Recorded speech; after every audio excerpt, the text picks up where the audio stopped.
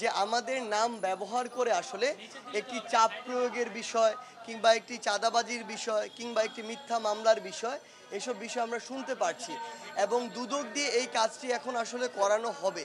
যেটা আমরা দেখেছি অতীতেও এই কাজগুলো করানো হয়েছে অনেকগুলো প্রতিষ্ঠান দিয়ে, এর মধ্যে দুদকও একটি।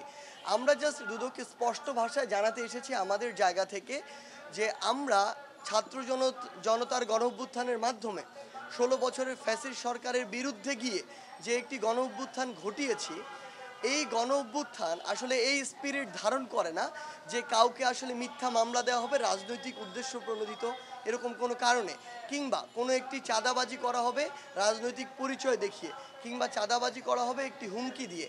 যেই কাজগুলো বিগত ১৬ বছর হয়েছিল, সেই কাজগুলোর যদি অন্য একটি গোষ্ঠী আবার রিপিটেশন ঘটায়, তাহলে দিন শেষে আমাদের যে স্পিরিট, সেই স্পিরিটের সাথে এই কাজগুলো সাংঘর্ষিক। আমাদের জায়গা থেকে আমরা একটি স্পষ্ট বার্তা দিতে এসেছি দুদককে যে আমরা কখনো এই কাজগুলো করি না এবং সমর্থনও করি না। কোয়ালিটি সম্পন্ন আন্তর্জাতিক মানের still bar CSRM, committed for better still. কেউ যদি আমাদের নাম ব্যবহার করে এই কাজগুলো করে, তাদেরকে যেন আইন শৃঙ্খলা রক্ষাকারী বাহিনীর হাতে তুলে দেওয়া হয় এবং তাদের সাথে কম্প্রোমাইজের কোনো প্রশ্নই আসে না। যত স্ট্রংলি তাদের এগেনস্টে দাঁড়ানো যায় সেটি যেন করা হয়।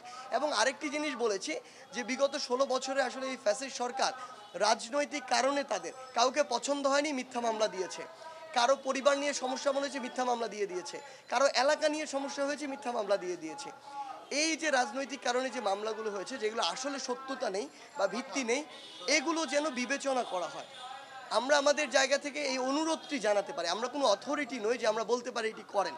আমরা এটি বলেছি যে তখন যা হয়েছে বা বর্তমান আজকে থেকে বা এখন থেকে যেন এমন না হয় যে আরেকটি গোষ্ঠী এসে কাউকে আবার রাজনৈতিক উদ্দেশ্য প্রণোদিত কারণে মিথ্যা মামলা দিবে, চাঁদাবাজি করবে। এই বিষয়গুলোতে তারা যেন সচেষ্ট থাকে। বিগত ১৬ বছরে যে তাদের যে ইমেজ সংকটটি তৈরি হয়েছিল এই কমিশনটির, তারা যেন এটি থেকে বের হয়ে আসতে পারে, ফিরে আসতে পারে এবং নতুন করে জনগণের কাছে যে আস্থার জায়গাটি সেটি যেন তৈরি হয়, এটি বলতে এসেছিলাম। Thank you.